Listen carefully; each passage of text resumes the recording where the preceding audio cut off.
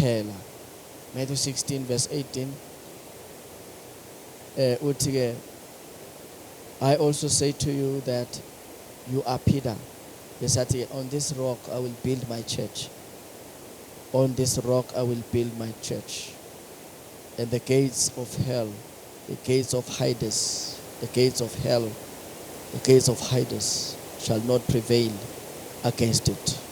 Nami ngithi kuwe unguPetro, phezu kwaleli dwala yolakha ibandla lami, amasango eHades awayi kulahlula. Phezu kwaleli dwala yolakha ibandla lami, amasango eHades awayi kulahlula.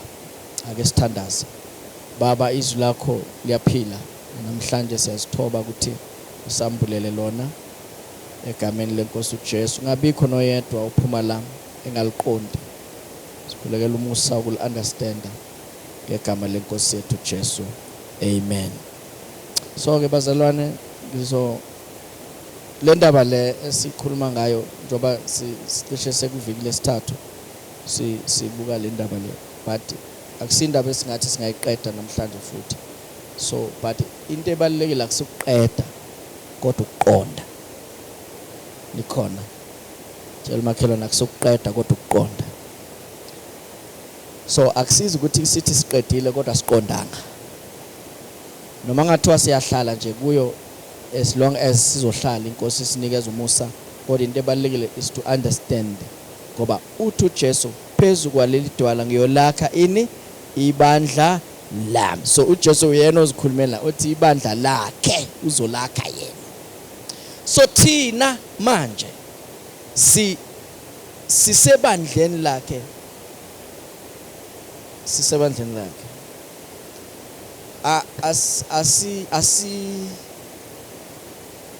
Asikubeke nje kanjalo. Yeah. Ukuthi sisebandleni lakhe. Kodwa uyabaza bangabakhe. Nikhona bazalwane. Uyabaza bangabakhe. So that's why imali ngakhali icilongo kunabantu abazosala. And then ukusala kwabo abanye bazosaliswa ukuthi abasibandla lakhe, abanye bazosaliswa ukuthi bayilo kodwa abekho ready. Ni right? Yeah. So that's why kunabantu abayolandela after. Bayibandla lakhe kodwa bazolandela after. Ngoba ukukhala kweculongo kubathole bengezilungiselelanga. So bazofuna ukuzilungisa after.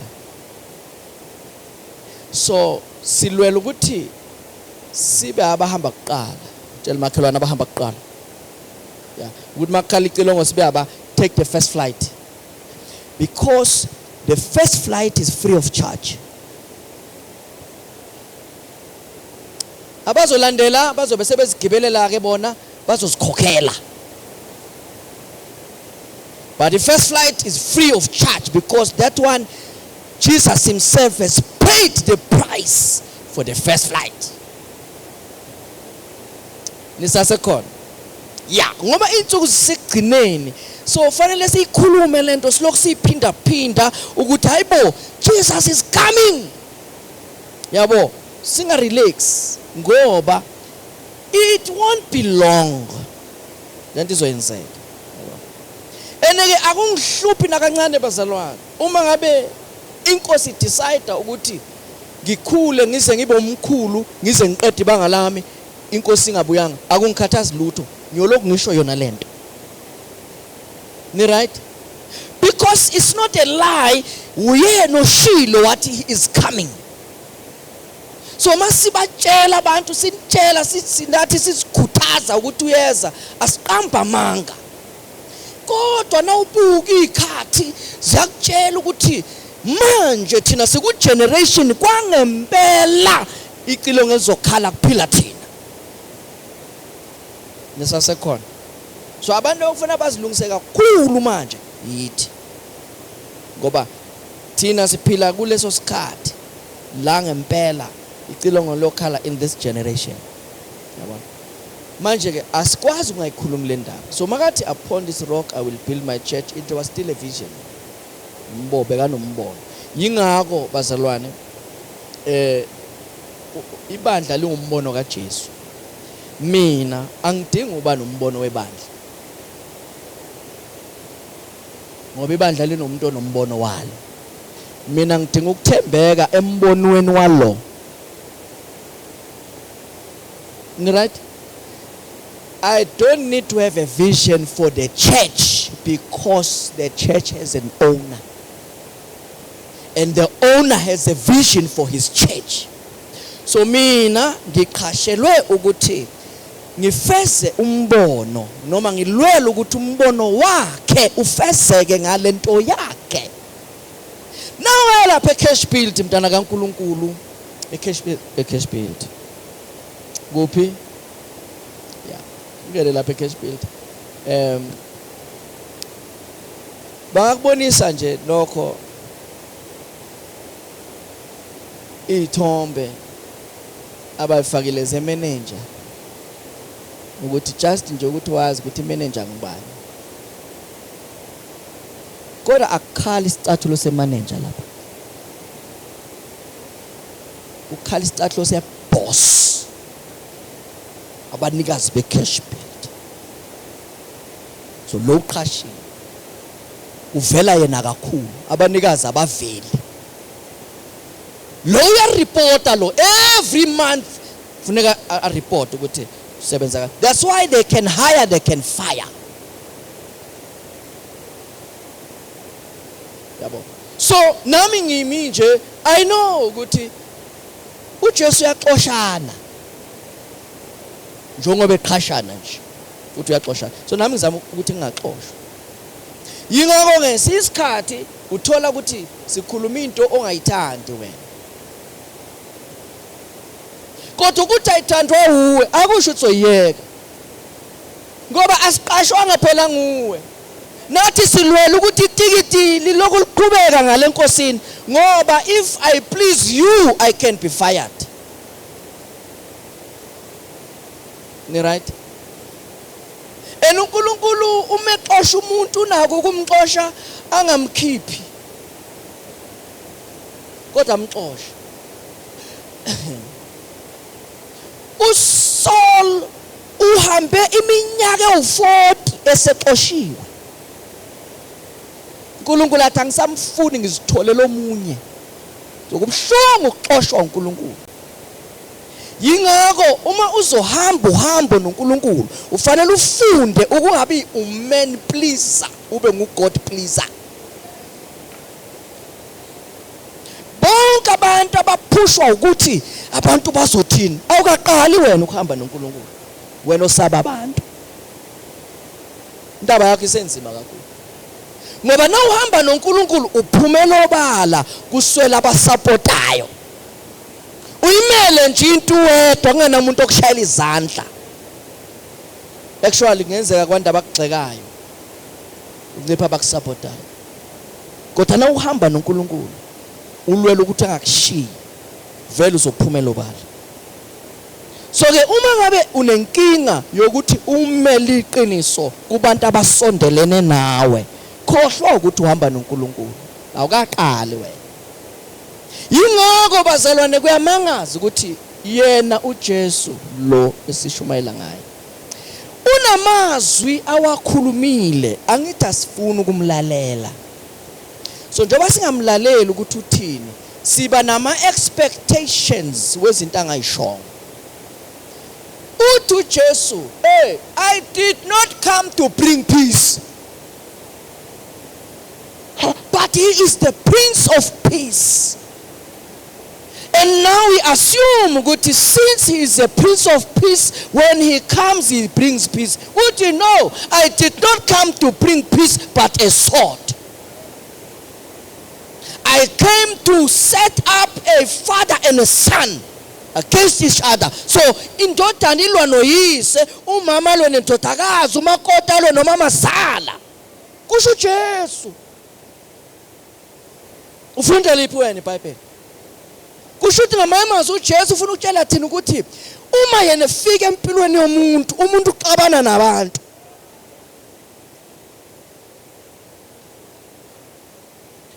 usuke engakafiki uma ngabe abantu besakuthanda kahle bonke kanti usuhamba noJesu hayi akafiki wena ujoin isonto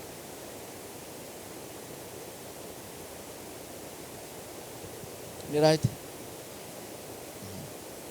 join isonto so kukhona izimpi ongeke uzinqobe because uJesu is expected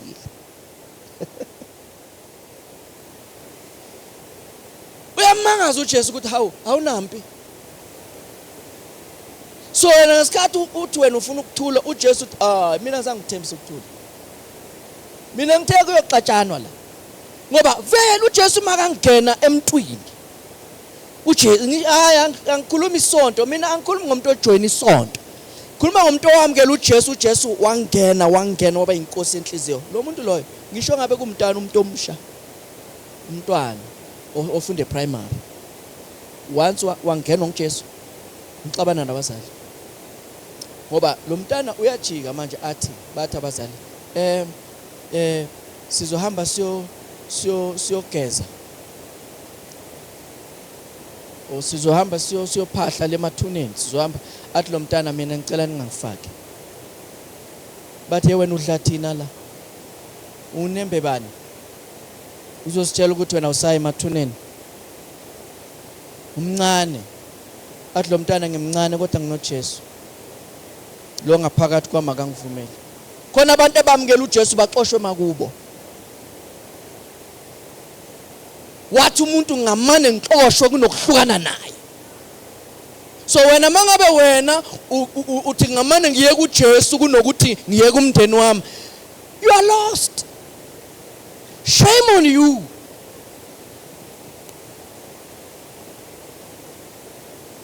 ngoba uJesu mhlawumbe asikulungise na bazalwane uma ufunda uGenesis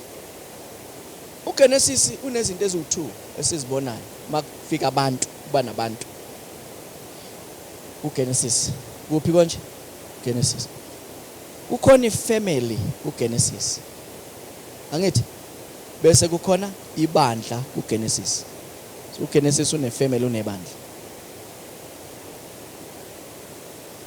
okay yeah okay asincede sami ke ifamily ngoba kukhona uAdam a man kukhona uEva a woman they are married so that is family nikhona kukhona ibandla because when 2 or 3 gather God comes kikereke sizwa kuthiwa every afternoon God would come to the Garden of Eden so kusho ukuthi kukhona ini ifamily kukhona ibandla kuphi uGenesis so lento esiyiyo is not new but is an upgrade tell makhelwane is not new it's an upgrade yeah so uNkulunkulu all this time from Genesis ubefuna number 1 ukuthi abe ne extension family extension God kind of family extension that's why makazodala umuntu athi let us make man in our image but bakhuluma ezulwini after our likeness but that let them have dominion on the earth so it is family extension but the family kaNkulunkulu ni right but there was an error eyenzekile lapha ya yokuthi uma lithi Bible God saw the man and he said it is not good that man should be alone I will make him a suitable helper umeqeda uNkulunkulu elethi ilwane seyidlulile zonke ayinika amagama lithi Bible there was no helper found bese athi uNkulunkulu athi ngilalise lo wamlalisa operator wakhipha ubambo wavala kahle wakhanda umunye umuntu wambeka la so mayephaphama uAdam ephaphama ethola umuntu angathi uAdam helper athi this is now the bone of my bones flesh of my flesh she shall be called not helper woman because she was taken out of a man bese athi uNkulunkulu therefore so therefore is based on the decision yaka Adam yokuthi anga identify this one as helper nisasekhona. So njobe ngashonga ukuthi therefore, njobe ngashonga ukuthi helper, uthi uNkulunkulu therefore a man shall leave his father and mother and be joined to his wife and the two shall become one. And who left his father first? It is Adam. Nisasekhona. So ifamily yaqhubeka mara uNkulunkulu engasekho. So kusho ukuthi manje bazalwane iera nansi. Ama families maningi kodwa uNkulunkulu akekho emafamilini. Yingakho uNkulunkulu is in a business of building his own family again. But he's building his family, is choosing people in families to build his own family.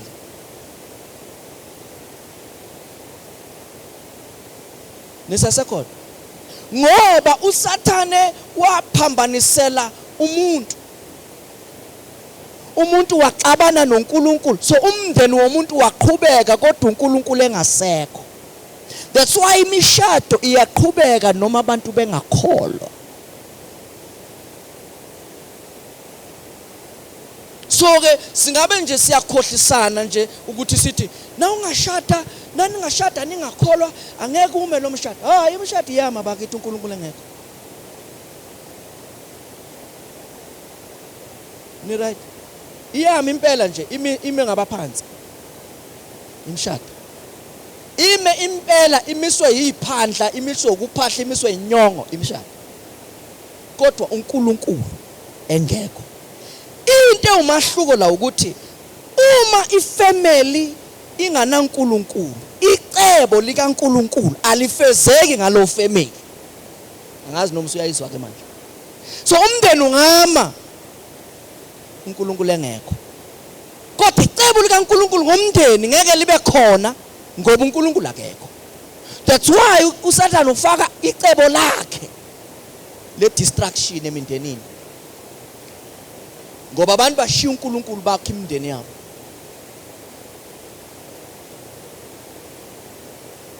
Ni right? So kusho ukuthi ngamanye amazwi ukwakha umndeni akusi problem. I-problem ukwakha umndeni onganaNkulunkulu.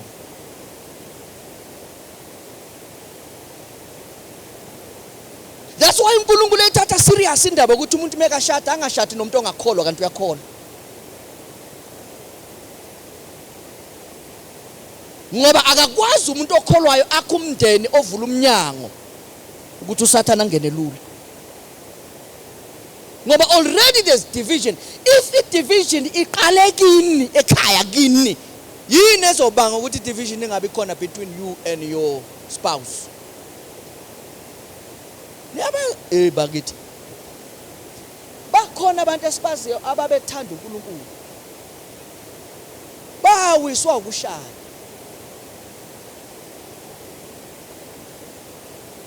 Washada waphola ngoba washada nomuntu ongamkhuthazi. Washada nomuntu omgxekayo. I-church goer mhlawumbe kodwa engamthanda uNkulunkulu. Umuntu ngelinye ilanga na uthi avuke enkonzweni athi hawu kanti thina sesiyohlalela ukusonta nje. Siyasonta manje. Sesiyisaga enkonzweni ekhaya, enkonzweni ekhaya, enkonzweni yisaga nje kuphela. Isekho enye into enziwayo. Lukhona uhlobo lwabantu abanjalo. Ababhorekayo. Yingakho umuntu ufanele ahambe noNkulunkulu before ehamba nabantu. Ufunda ukuze ukwazi ukuvelua irelationship yakho noNkulunkulu ukuthi nakufika umuntu angaphazamisa irelationship yakho noNkulunkulu. Uyazi ukuthi enye yezinto engibonga ngayo uNkulunkulu yini? Uyazi ukuthi yini? Nangingedwa nje ngizibongela inkosi ngithi awu baba kuyale kantate mondimo kuyale. Ngibonga uNkulunkulu ukuthi wangenzela umusa ukuthi mase ngifikelwe isikhathi sokushada ngingashadi nomuntu ozothi hayi You are too much.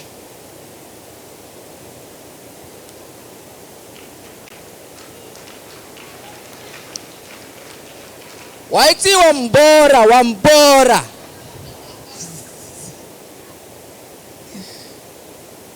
Ngiyakutshela ngempela. Ngoba if bengisho nje ngangisengiyasha ngithi. Yabo, njoba lensizwa abathi ithe isikhathele. Hlala yodwa. Uma bengisho nje kuleya minyaka bebe ngibhakela amakhekhe abantu. Wena amen uyayizwa ke? Bonke ababhakile bakhala ngaphansi. Bonke. Abaye bengenzela inkukhu ezifrayiwe. Imkhwepha. Yabo, kodwa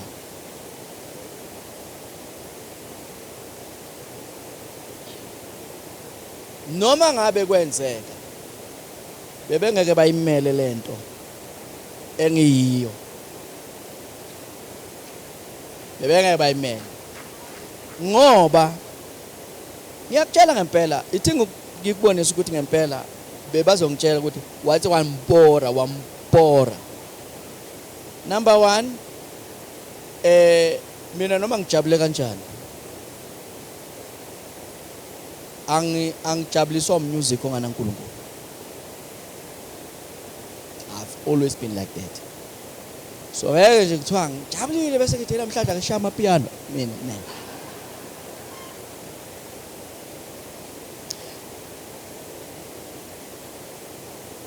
So noma ngifuna ukuba romantic mina ngifaka incandweni.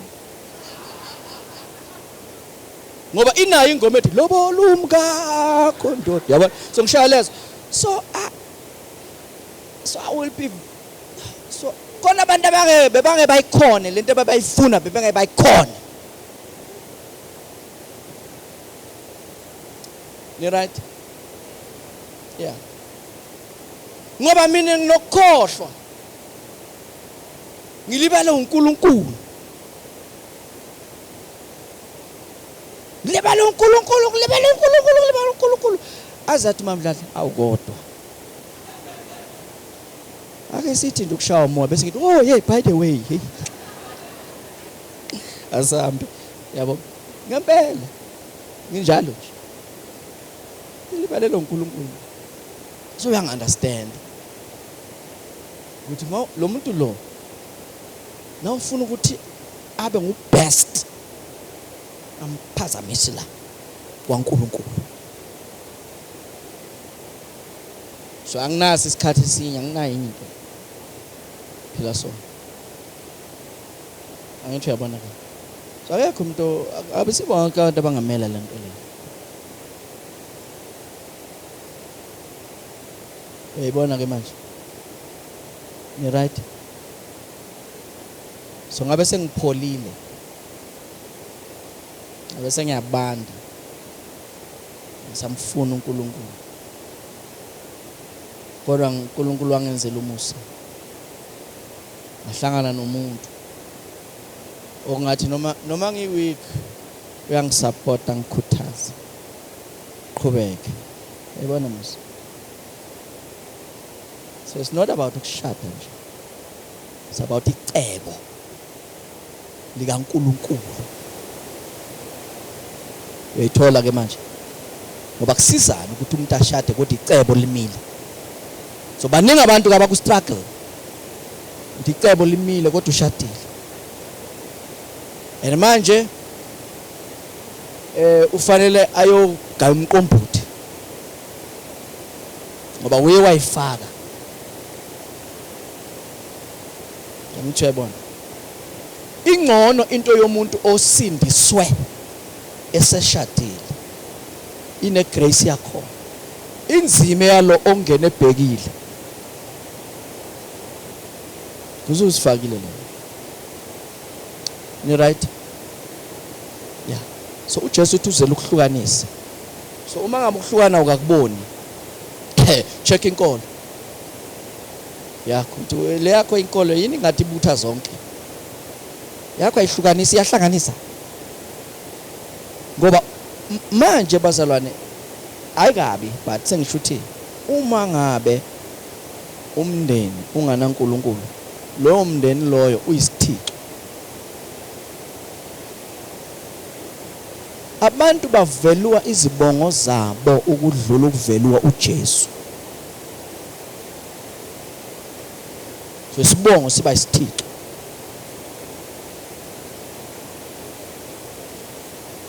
uyayaza ngithi noma behlangene bonke under isibongo uNkulunkulu bamkhipha ngoba vele nabangamfaka fanele kuncipha isibongo ukukhule yena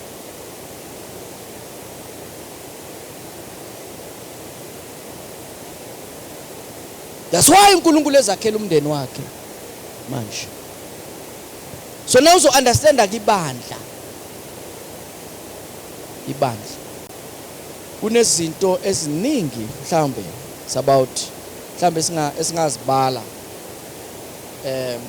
ibandla eli na ufunda iBhayibheli ukuthi understand ukuthi ibandla yini lifaniswa nezinto eziningana kusenza sikhona ukuqonda ukuthi sikuphi number 1 ibandla li building isakhiwo uyayithola so uma uJesu ethi upon this rock I will build my church the church number 1 it is seen as a building it is spoken of as a building so if kuthiwa a church is a building that's why 1 Peter chapter 2 kuthiwa sondelani kuyo angithi bese kuthiwa iyitshe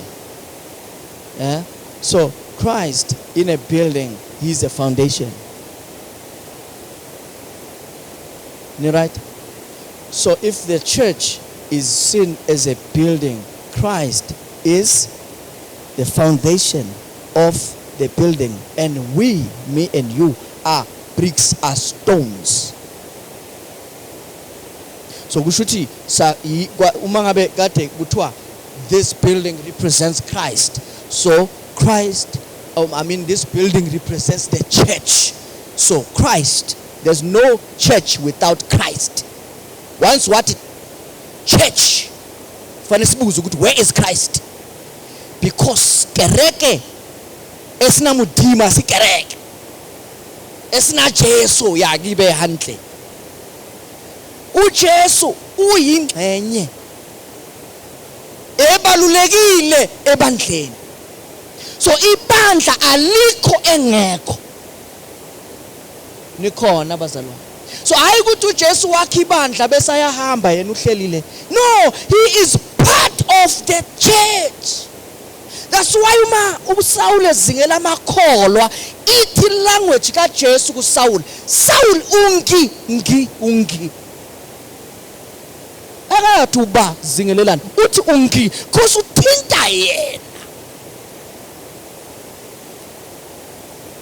ni right so if ibandla libukwa as a building then Christ too in a church seen as a building he is the foundation and me and you are bricks sizitina tshela makhelwane sizitina mtshele uyistini nami ngistini niyazi bazalwane ukuthi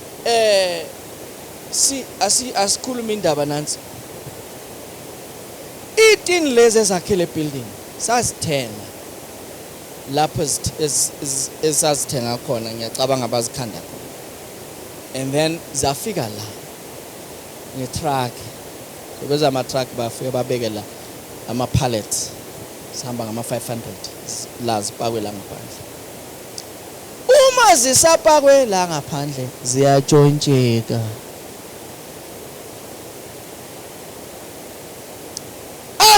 angasiboni isigebengu esake sazotshontsha isitina sesikhiphe endlini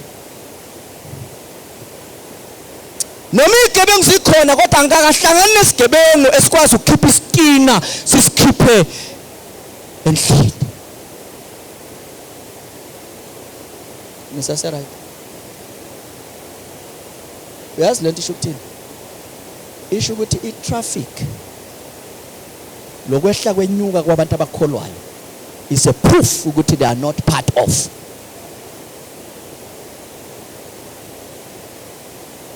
Because isitina safakwa la ngeke ngelila ngosithole lapha ya sihlala sila. Noma ngabe sibekwe ekhoneni elinezinkinga, sabekwe endaweni igatha ihlisa amanzi khona, usithole sishintsha ikhala asafani nezinye singcoliswa ukuthi amanzi ehla ngale gatha thela isitina kodwa sithuthi. Sihlala nje silapho yini indaba is a proof ukuthi sakhelwe endlini. So as to so i-traffic ichaza ukuthi Bebenqwaba bengakhelwanga. That's why kahambeka. Ngabuza noma isiphi isitina la usibuza ukuthi la sabekwa khona sazikhethela yini. Sibuze. Kwakhetha umakhe. Wathi wena ngubeka la wena. wasihlukanisa nabangane eseza nabo ngePrague. Bedeliver bebekwa la Sahlukaniswa nabo. Ngenzeka ukuthi lesi sibekwe la safika nalesi. Kodwa manje zixhumene kodwa zithintana. Ngoba kunodaka in between. Uyazi udaka lusho umoya ongcwele. Moya kaNkulunkulu yena okwazi ukuhlanganisa lezi zitina. Kuthiwa nikuthalela ukugcina ubunye bukamoya ngesipopho sokuthula. So udaka lusho bukhona bukamoya ongcwele buhlanganisa izitina noma ngabe ama-colors awafani. Kodwa udaka liyakwazi ukuhlangana noma ngabe ama-shape awafani noma ngabe isize ayilingani kodwa udaka liyakwazi ukuyihlanganisa ime indlu. Ime.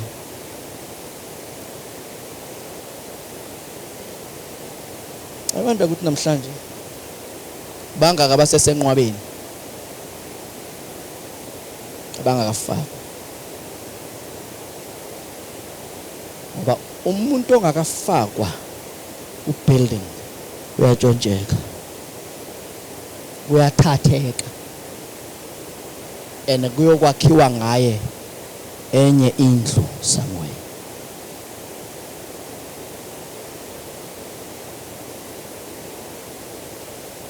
Hlamba sikulungisa uJesu nebandla eli-1. That's why nomuntu osebandleni likaJesu ubekwa la ebekwe khona.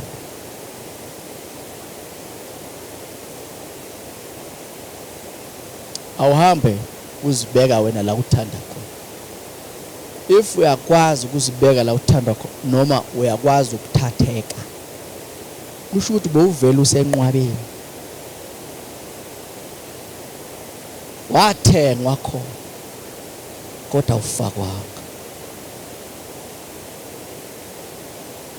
Wakhishwe shop kodwa ukukhishwe shop akusho ukuthi sewakhindlu.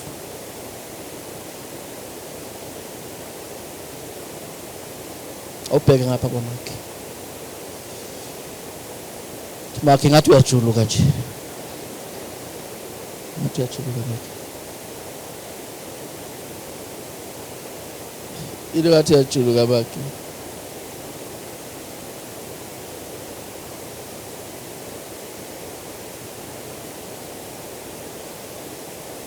noma sengithanda abazalwane sengisho ukuthi noma sengithanda I can't leave this place.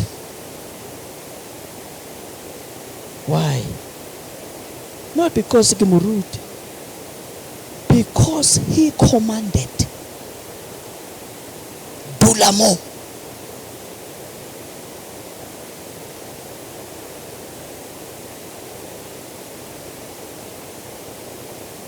That's why bake bangibuza abanye abafundisi isikhathi esiningi bathi hey ama branch ngithi akashongo ngoba ngingakhanda ibranch kanti sekuyi branch kaDladla uJesu akayazi sombini ungazi ngila akangazi nje ukuthi ngikwenye indawo ungazi ukuthi ngila ngoba ungitshale la so uma kuthiwa uyangibuza uzongibuza ngala so noma kuthiwa ngiyathanda noma ngithandi ayike into engayenza bakithi lokho ngilana nje ngilana blessing yakhe ine address protection yakhe ine address healing yakhe ine address ama breakthroughs ane address so yonke into engidlula kuyo uyanginakekela kuyo ngoba uyithumele endaweni lazi uthi ula so uma ngabe ngiyayishiya ngicabanga ukuthi khona engcono kahle kahle ngisuka endaweni angilindele ukuthi ngihlale kuyo nginga expect ukuthi la ngiyakhona ngizomthola so nama ngina choice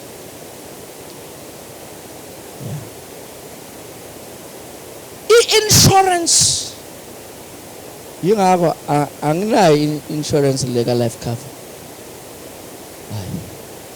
yazi why he is my life I'm covered but I am the way the truth and the life so why cover the life when you have Christ what are you covering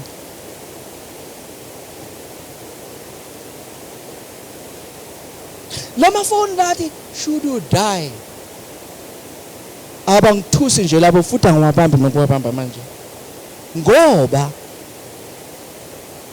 who should die aka exist kimi yazi why is because Christ himself is the resurrection and life so which means if ukufa kungafika kuthi kuyazama before time there will be a resurrection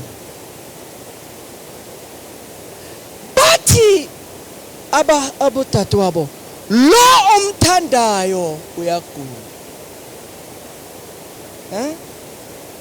omthanda kusho ukuthi uJesu uvusa uLazaru ngenxa yothando lwakhe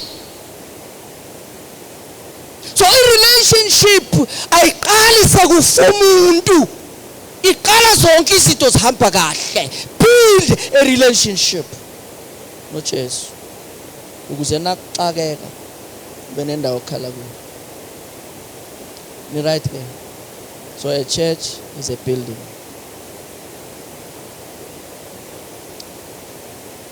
angithi lana kune roof angithi kune roof angithi kodwa ibandla likaNkulunkulu ngoba lisakhiwa amabonde iroof ayifakwa ngeroof kodwa la phezulu lithi izwi lenkosi kuye owakhile ekusithekeni kophezulu emthunzini so sine cover ngaphezulu cover yethu uyu umnini mandla onke so ukhona ku foundation ukhona naphezulu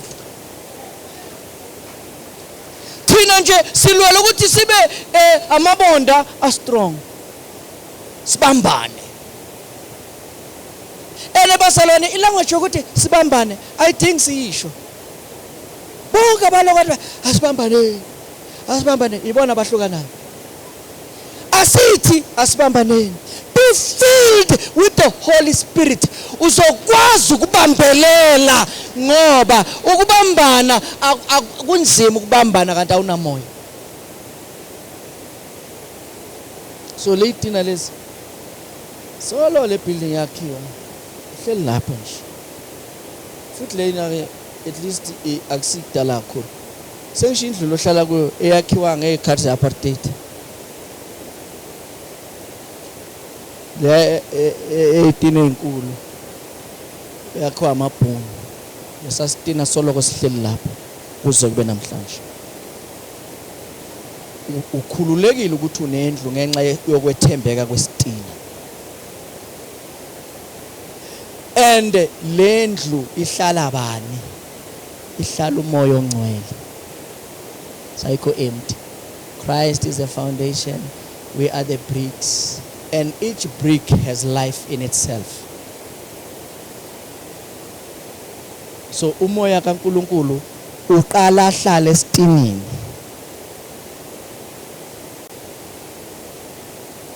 ngoba isitina ukuze sibehave fanele singenwe. So we are living stones. So si umoya kaNkulunkulu uqala ngene ku akufanelanga wena uzwe umoya ongcwele ngoba sewusenkonzweni.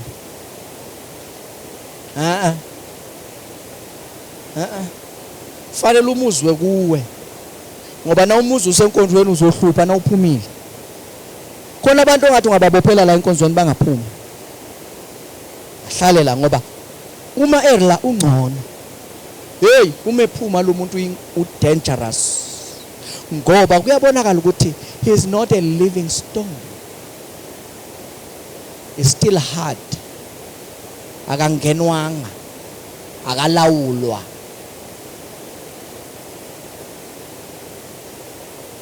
So kuthiwa sibe yindlu yokomoya. So we are a spiritual house. And kuhlala umoya ongcwele. When we stina kufanele sibe nomoya ongcwele. So ke as uma umuntu ethi usebandleni usindisiwe usebandleni kaJesu akuhambeki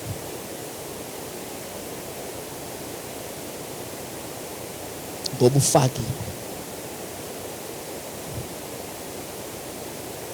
nisasekhona ya ufaki. So kule minyaka engasindiswa ngayo kuze kube manje ayikho mningi kangako kodwa ke kuyo lo minyaka ngaza amabandla amabili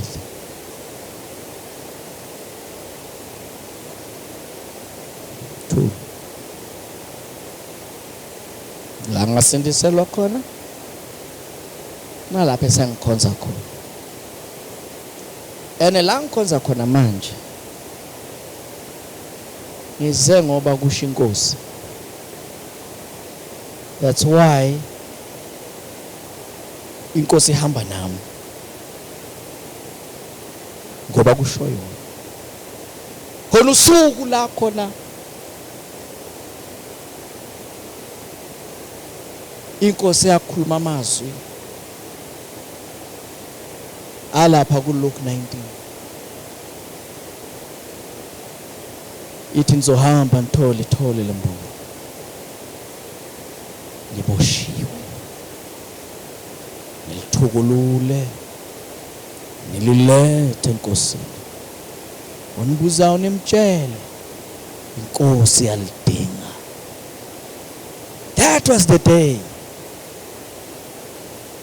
That was the day. Wathi imbongolo nguwe. Leyo mbongolo uwe lo. Nikhona abazalwane. So kusho ukuthi ngamanye amazwi ukuba la hayi ukuthi ngila ngoba I planned. No, it was an instruction. No wonder ziningi izimpi esidlule kuzo kodwa uJehova wasinqobela kuzo zonke ngoba sila esifuna khona. So ke ibandla libukwa as a building. Mhlawumbe mntana kaNkulunkulu ngoba sina about 12 of these metaphors, 12 of them. So leyoqala bekuyibhilda. Mhlamba sithathe leyo yodwa nje. Amavesi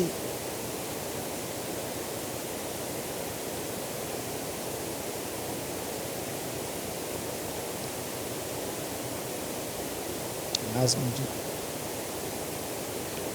Awustadishe now. Wafuna. Uzwathola ukuthi church is a building.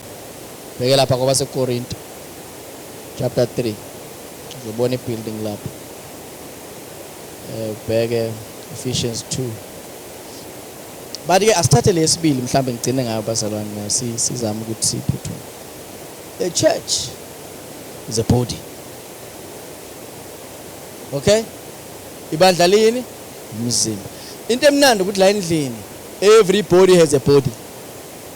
Angithi? So wonke umuntu ola endlini namhlanje unawo umzimba. So makuthiwa ibandla lomzimba khona ukunderstand ngoba unawo.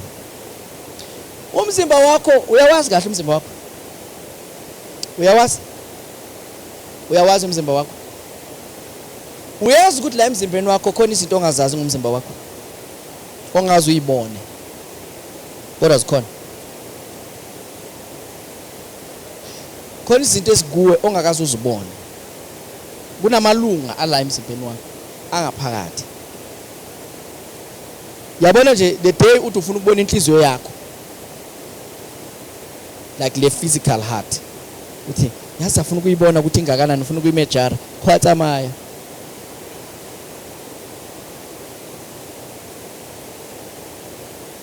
Ngoba lokuthi uyaphila yiyo. So iproof yokuthi uyaphila i-right. Inhliziyo yakho ukuphila kwayo uma i100% awuyizwa. Anytime uyifila inhliziyo yakho is a sign of sickness. So inhliziyo yakho uma i100% isebenza ithulile. Kiphi? Once wayizwa it, you must consult the doctor. Ngoba kune problem. Ngoba yakhandela ukuthi isebenze ithulile. So kunamathumbu la kuwo. Awakho. If besikhona ukukhipha amalungu omzimba siwakhipha siwabeke la. Angibona umunye nomunye bekazoliphika ithumbu lakhe. This one is not mine. Ngoba the load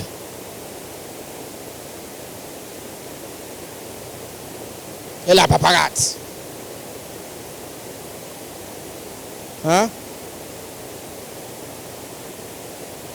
Khona abantu ku serious kabi la. Abanye abantu very serious. Kodwa ke umzimba. So ibandla is a body. So kusho ukuthi njengoba kuthiwa is a body kwenzela ukuthi wena ukhona ukubuka. Oh, okay. So umzimba wakho unamalunga amaningi. Angithi bazalwane. Yabona njengoba nje uthi amen is a function of a member. Actually is a function of members. Because njengoba uthi amen, uamen uphuma ngomlomo. Kodwa umlomo wakho ukuthi kuphuma amen udinga izindebe. Cabanga nje nakukhishwa indebe bese kuthiwa ithi amen. So mase ngakubamba ngesalo tape sithi bese sithi ithi amen. Uzobona ukuthi indebe zibaleke ethola ke manje. Yeah. Uamen uphuma kahle. Uyabona nje mangithi 4. Yabona u4. Kuyasetshenzwa la 4. Uma amazinyo ngekho ungathi upho. Uyabo so uzoqala ukuappreciate amalunga womzimba uma engasekho. Khani ubona ukuthi bayibalekile manje. Angithi uyayibona ke manje. Ulimi mangekho ulimi. Ayikho inkulumo ngayikhuluma. Ngikhuluma kangaka nje. Ulimi. Yiko kufanele ngilithandazele. Ngoba uJakobe uthi a tongue is a world of wickedness. So izwe lobubi uthi tongue is a fire. Uthi who can tame the tongue? Ngalo we bless God. Ngalo we curse men who are the image of God. Besathi manje bazalwana akufanelanga ube njalo. Tshela makhelwana akufanelanga ube njalo. Awukwazi ukuthi uqede ukuthi amen bese uyathukana futhi wena futhi. No. Kodwa amalungu omzimba asebenza lento. Lokuthi uyangibona amehlo. Angithi yabona? Yeah. Lokuthi uyangizwa indlela. Lokuthi uyangiqonda nokuthi ngithini sewuzwile ingqondo. Angithi? Lokuthi uhleli kuze kube manje. Into yokuhlala. Just imagine unganayo into yokuhlala. uNkulunkulu bakithi une sense of humor. Wacabanga uSimakade wathi uThixo ngifuna ukuthi abantwana bami engibakhanda emhlabeni uma befuna ukuhlala phansi babe nama cushion. Usufakile nje lela kwama extras. But by the way, God has given you a natural cushion. And amasize ngamasa. Kimutimu. Manje abanye ababonga uNkulunkulu. Ababonga. Ngisho abanye nje uThixo uthenje kancane wathi bamba. Esikhanoko.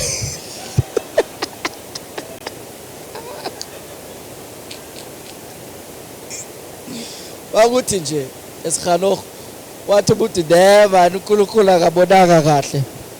Wahamba wampompa hayi manje kuzimalanga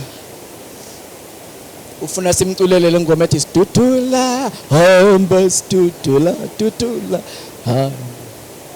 yabo. But these are members in your body. These are members. Bazalwane, every member in your body is located in a specific place and position, and kula ikhona ukusebenza kahle khona. Just imagine uma uneso elila, a center yesiphongo, there's an eye, bese linye libe la phezulu, so amehlo akho angabi so abe yabona ukuthi noma uyabona kodwa manje strange wena. Ni right? Yeah. So amalunga omzimba siyawazi bazalwane, amalunga omzimba siyawazi sonke sinemizimba nebiology sizile. But into eyenza samukelane kahle bazalwane ukuthi wonke umuntu amalunga womzimba lawa anawo ahlele endaweni right la emzimbeni. Yazi if namhlanje ekseni kade size enkonzweni so kuyavulwa la ekseni ke bangena abazalwane balungiswa bese bahlangana nesandla hand la phansi bathola isandla. Uyazi ukuthi osibonile ubezobaleka? Hayi ngoba engazi isandla, kodwa isandla esingekho emzimbeni siyathusa.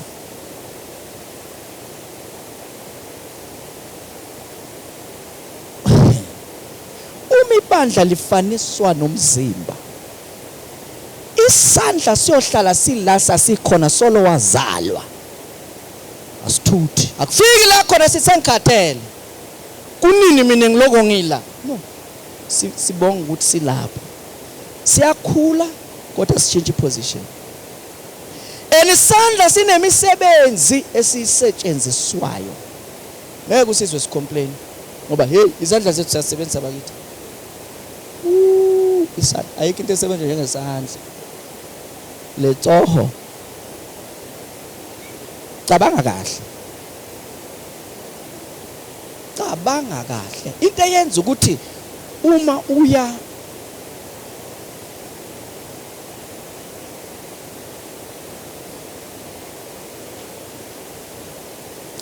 a small house into eyenza ukuthi ungadingi usizo lwamuntu is because you have a hand. Uyabona ukuthi isandla sibaluleke kanjani? And isandla lesi siveziwe singaphandle. Kodwa si ministera naseyithweni ezingabonwa. Letsoho. Nahana vela nahana. Uyayibona ngithi? Elezitho ezingabonakali ezingabonwa ezingafanele ukuvezwa so isandla sakhona ukuthi siminister. Imagine njoba sila bese one of those members which are not supposed to be seen ishayitoyitoyi ngoba this member must believe ukuthi you are in the right place enkonzweni ayikaze ibone inkonzo.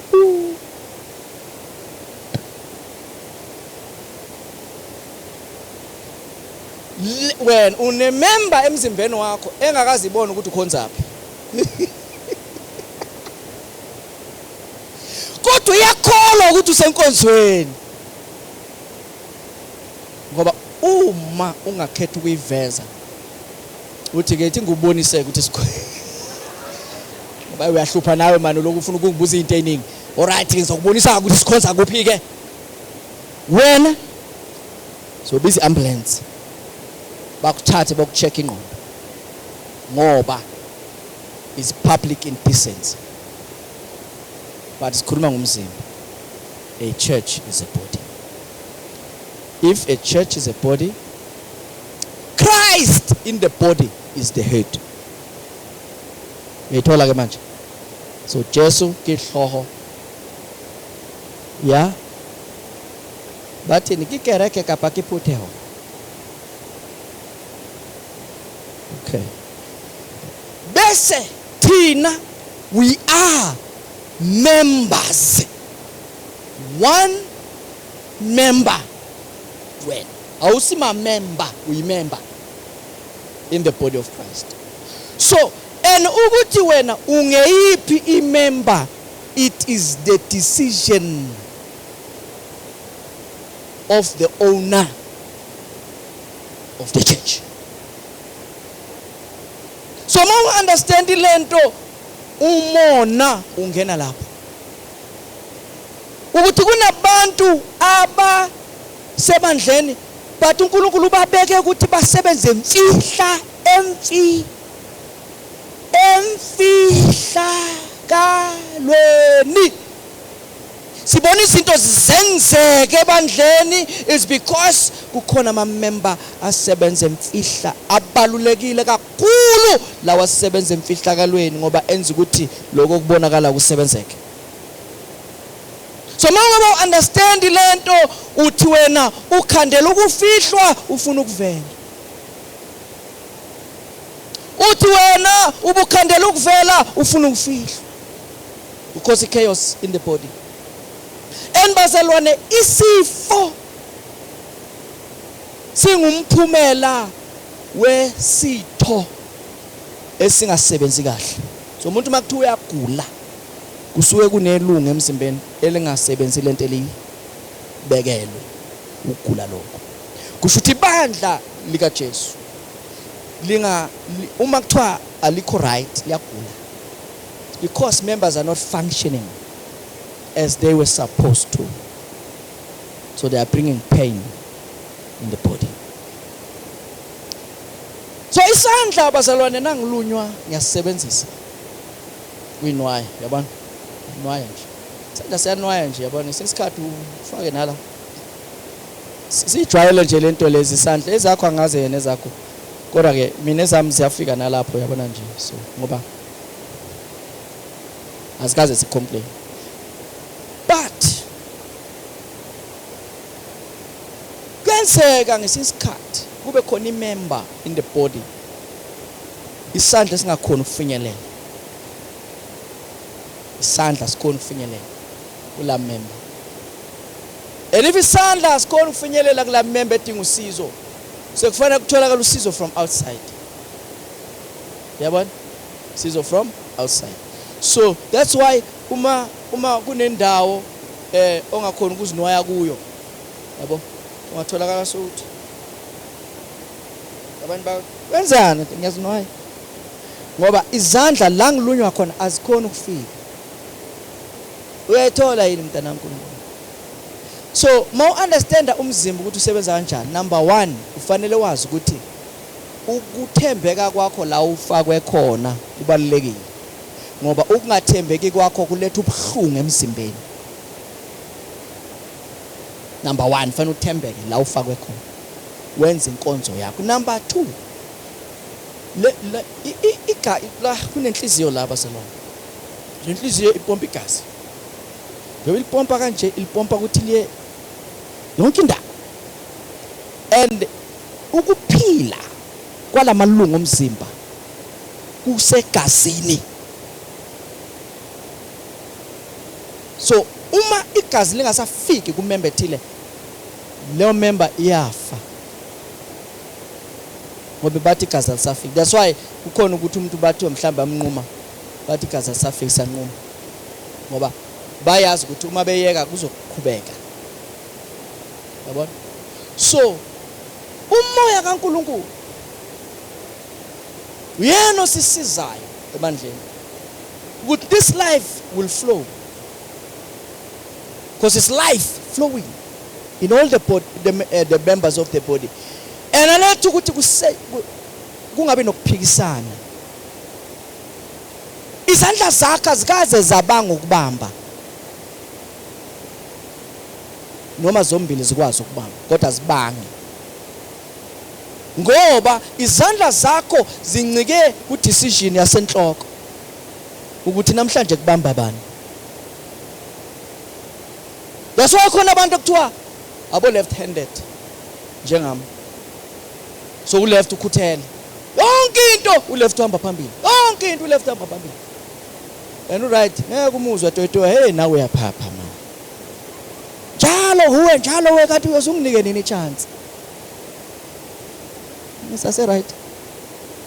So kusho ukuthi now understand ukuthi uyimember in the body, awuzelanga ukuzo exista nje because you will cause pain. You will cause pain. Uzela ukuzosebenza, kodwa ukuthi usebenza kanjani lokho kuncike kutheni ulalela kangakanani, ngoba inqumo zithathwa enhloko. Angazi noma uyayizwa lento.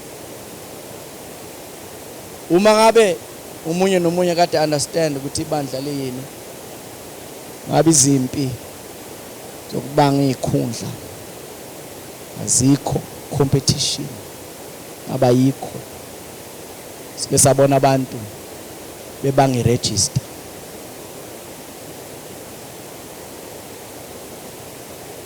Abadala hayi yimi ngiyimakhaya, ye manje yena sekathatha umsebenzi wami. Hawu yini ungabonga ukuthi uyenzile kalini? Hawu bakithi, we are members of one body. Hayi yena njalo uye oculayo, ulida yena thina uyasivala. Hayi, we are members. Le right God, unless you are not a member of this body. I-competition siyibona only when hands are not of the same body.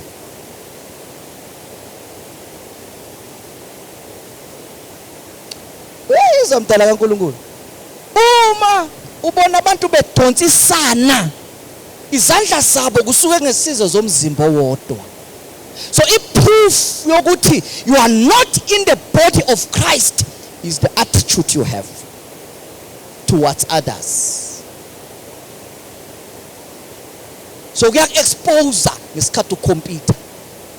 Expose wena. Oh, this one is not a member of the body of Christ, but is a member of another body.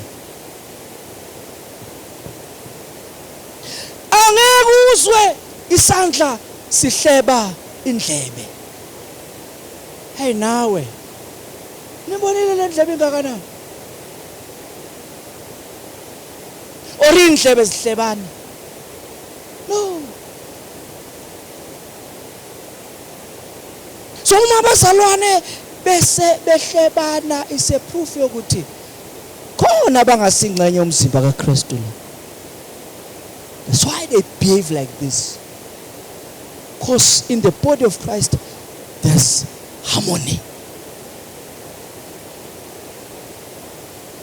Uma kulula ukuhlukumeza umntana kaNkuluNkulu ungafeel like guilty, it's a proof yokuthi you are not a member in the body of Christ.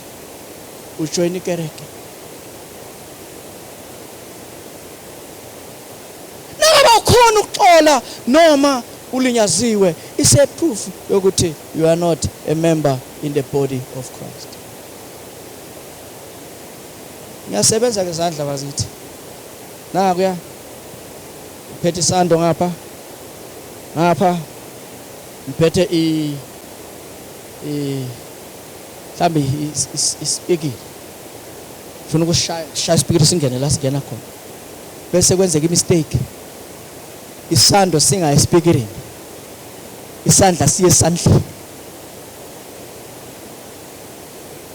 Isando siye sandla. Sishaye lesisandla sidinga udokotela. Kodwa ngeke uzwe lezandla sezixabana. Yawe nongishayile. Yini ingqondo yakhe ithatha kanjani? Awuhlakaniphanga wena. Yabona khona manje ngilimele ngivuza igazi. No. Za understand ukuthi kuyasetshenzwa. So lesi sizobuya sizama ukubhandisha lesi. Lesi sibhandisha lesi asithi wenzani ngithintelani khona manje hayi kuyasetshenziswa. Wahluthuka kangaka usemzimbeni vele wena. Le short temper yakho yakhuluma indlela ongaxoli ngayo yakhuluma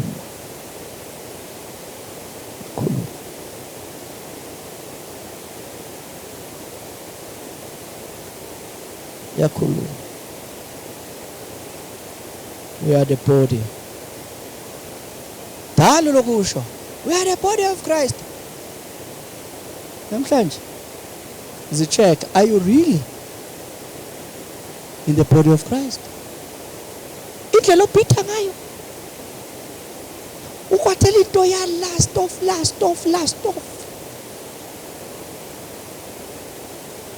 Namhlanje. Uyasincenga nje ukuze enkonsweni ngizothi nami phela sebazothi ngingena umoya. Niye nami.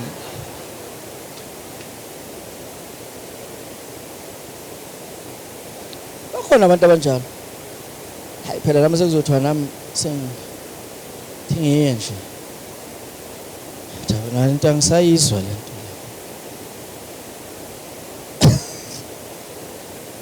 Jake ngisaba ukuhlala ekhaya bazawuthi. Usesemzimbeni kahle wena. Or womunye umzimba. Not this one. Obuze ngapha kwamakhe.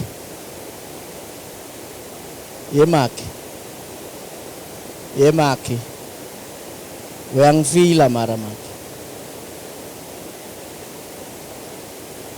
Uyazi problem bazalwane sengicela ukuvala ke manje siyavala ngicela ivala.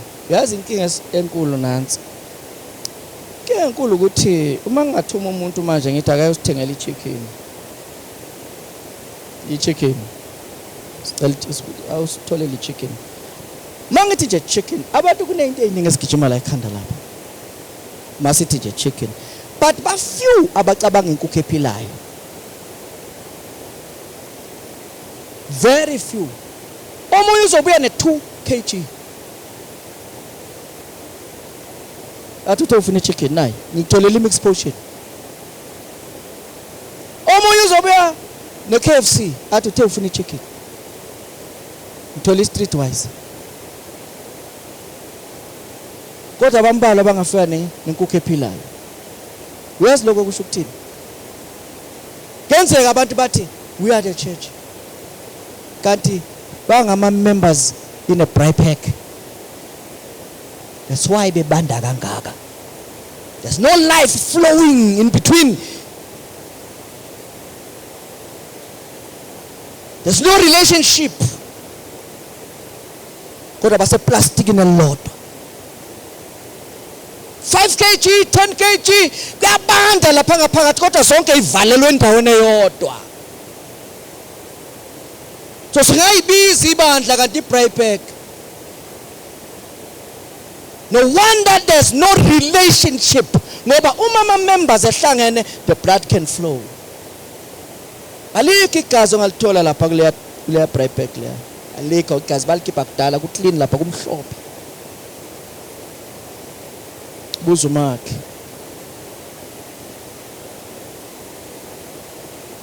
Sampompa makhe noma sekuthulile. Ngoba nenkukhu baselwane ephelele kodwa ebulewe.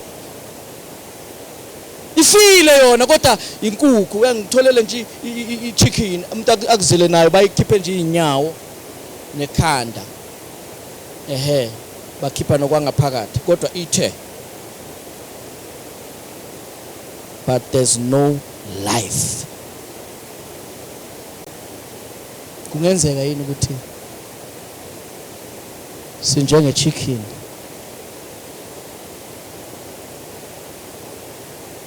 sihlangene nje kodwa siyabanda ngoba lezo zidinga ifridge ukuthi zikhona ukuqhubeka zibe right singaboli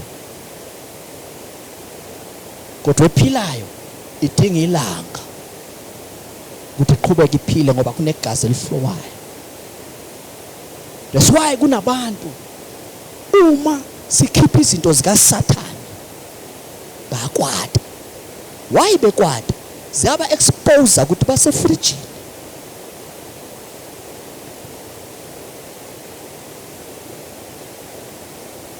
Ngoba na ukhipha into ka Satan usuku khipha ice. Ufuna kungena ukuphila, kungena ukukhanya.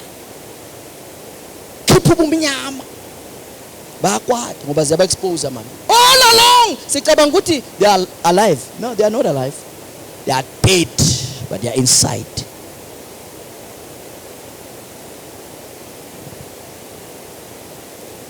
You're right. I go to Lord, have mercy on me.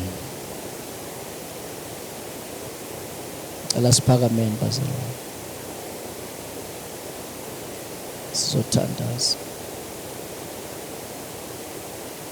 Lord have mercy. Lord have mercy. Ngoba kungenzeka ukuthi inkukhu ephilayo ikhona. Kodwa kusarandwa ama backpack, ama bribe pack, ama members amaningi angana life. Uyazi bazalwane khona into engeke ngayibona yenzeka ehokweni lenkukhu. Ehokweni kube nenkukhu ephuma impaphe. Mayiphuma impaphe kuvela isikhumba. Bese ezinye inkukhu ziba interested lapha ya ziyoshaya lapha. Inkukhu ize ife. Ibulawa ukuthi ezinye inkukhu zishaya la kungana impaphe khona. Kanti ukungabi nezimpaphe into temporary. Efuna ukuthi izinkukhu ezinye zi-understand ukuthi you are going through something. Izodlula le season impaphe zizokhula futhi. Kodwa ngoba kunabudlelwano obu-right ehokweni, inkukhu zibulalana zodwa. Ngoba inkukhu ikwazi ukuhleka enye ngokuthi impaphe zayo ziphelile.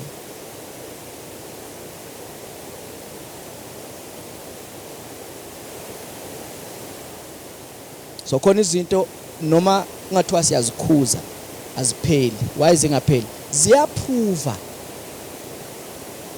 ukuthi lo muntu akekho ebandleni, lo muntu akekho emzimbeni. Iphisi le eflota. No wonder ethusa. Unjengesandla nje sihambela sodwa. Yike ethusa kangaka. Siyathusa isandla sihamba sodwa. La ungathola indlebe nje ihleli lapha phansi. Ha.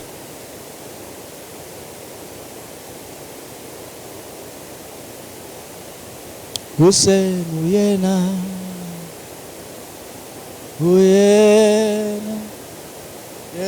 ekuqaleni uyena ekugcineni ungu-Alpha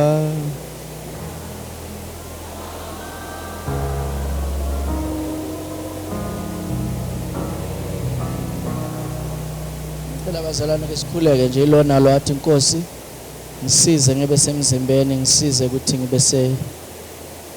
esakhiweni sakho etempelini uzikhulekele wena Nkosi kuvula amehlo ngoba uma wena ungakayitholi le revelation you will always be an offside, will always bring problems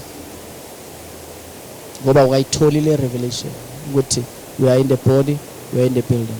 Uzikhulekele wena nje Baba egameni lika Jesu siyazendlala kuwe kulesi sikhathi Baba uNkulunkulu wena oshilo ngezwi lakho at upon this rock I will build my church, the gates of hell shall not prevail against it. Uma sibona Baba ukwahlulwa kwebandla kuyiproof yokuthi khona into esingayenzi kahle. Uma sibona Baba ukwahluleka kwebandla lakho kuyiproof yokuthi khona into esingayenzi kahle.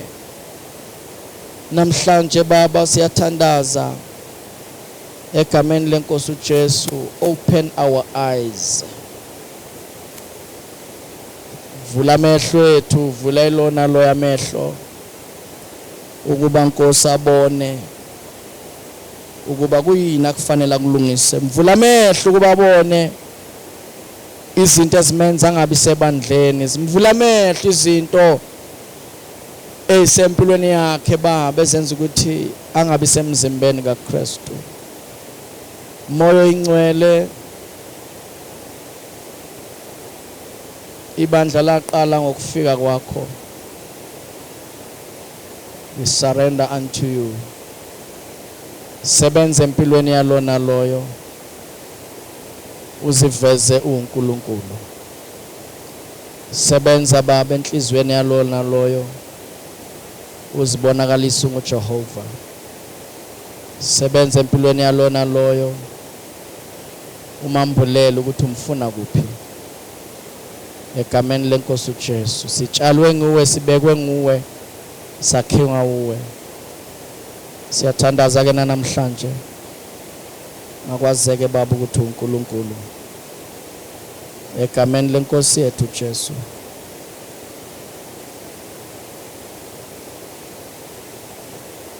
Uyingcwele Baba, uyingcwele, uyingcwele, uyingcwele,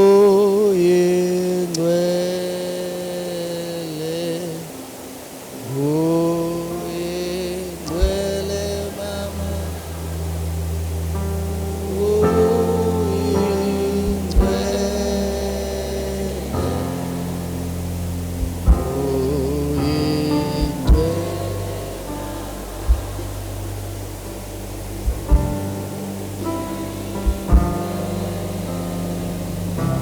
sesigoqa lenkonzo bazalwane, ngicela ukuthi nje ilona loyo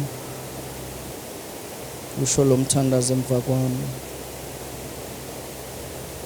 Nkosi uJesu ungumnikazi webandla, usho wena wathi phezu kwaleli twala yawulakha ibandla lami, amasango high days awayelukulahlula.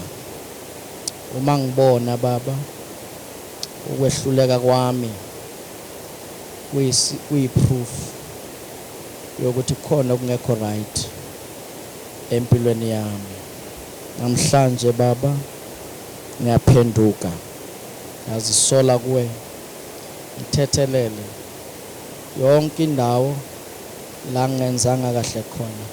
Ivula amehlo kamoya ukuba ngibone ukuthi kuyini engingakwenzanga kahle, ngihlanze kukho konke engikwenzile. Moya ongcwele namhlanje ngiyazinikela ukuba ungigcwalise ngamandla ukuze ngikwazi ukufakwa nami, ngibe sebandleni, ngibe semzimbeni, ngibe sesakhiweni, ngibe ethempelini, kuhlale wena phakathi kwami. Namhlanje nginikela umzimba wami ube ngumnikelo ophilileyo, othandeka kuNkulunkulu, ube kukhonza kokuqonda. Ukusuka namhlanje angisazulingisa lelizwe, kepha ngiguqula isimo ngokwenziwa ibe yintsha ingqondo yami ukuze ngikwazi ukuhlolisisa okuyintando kaNkulunkulu, okuhle nokumhlophe nokupheleleyo. Ngiyazinikela ke manje, ivula inhliziyo yami, thela uthando lwakho enhlizweni yami, ngigcwalise ngothando lwakho enhlizweni yami. Egameni lika Jesu ngisize, ungiphe amandla ukuba ngiyisebenze insindiso ongiphe yona. Kuvela izithelo, kuvela uthando empilweni yami, kuvela isithelo sothando, kuvela ukubekezela egameni lika Jesu, kuvela intokozo egameni lika Jesu, kuvela ukuthembeka egameni lika Jesu, kuvela ukuzithiba egameni lika Jesu, kuvela ubuvi egameni lika Jesu. Zonke izinto ozilindele kimi namhlanje ngiyazamukela, ngamukela umusa wokuba yilokho ongenze ngaba yikho. Ukusuka namhlanje ibandla lakho ngiyalihlonipha, ngisaba wena, ngiyazinikela ukuthi ngisebenze ngendlela ongibizele yona, ngibe isibusiso ebandleni lakho, ngihambe ngiphila impilo yokusaba uNkulunkulu, ngenza intando yakho noma kungenamuntu ongibhekile egameni lika Jesu. Ngiyabonga Baba, ngiyabonga Nkosi uJesu, ngiyabonga Moya Ngcwele, in Jesus name, amen. Siyakubonga Baba, uthembekile. Sesiyahlukana Baba, sibonga ukwazi ukuthi uNkulunkulu. Siza ke ilona loyo njoba siphuma nje Baba, singena nale viki singena kulo, sikhulekela amandla kumuntu ongaphakathi, Kristu Jesu ahlala enhlizweni abe inkosi. Ngilosi zakho Baba zilondoloza abangcwele bakhe indlela yonke, ey'ndaweni zonke labazoya khona. Sithetheze ingozi Baba, simelana nokufa, premature death egameni lika Jesu. Baba, let goodness and mercy follow.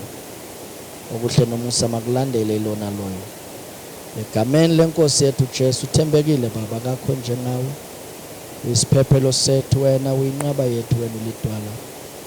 Usiseke ibandla lakho Baba, ilona lo umnika amandla okunqoba kuzona zonke izimo adlula kuzo nahlangana nazo, ngegama lenkosi yethu Jesu, amen. Siyabonga kakhulu ke bazalwane, sihlanganene ke eklasini 2:30, asihlanganene eklasini ke bazalwane 2:30 ngegama lenkosi uJesu.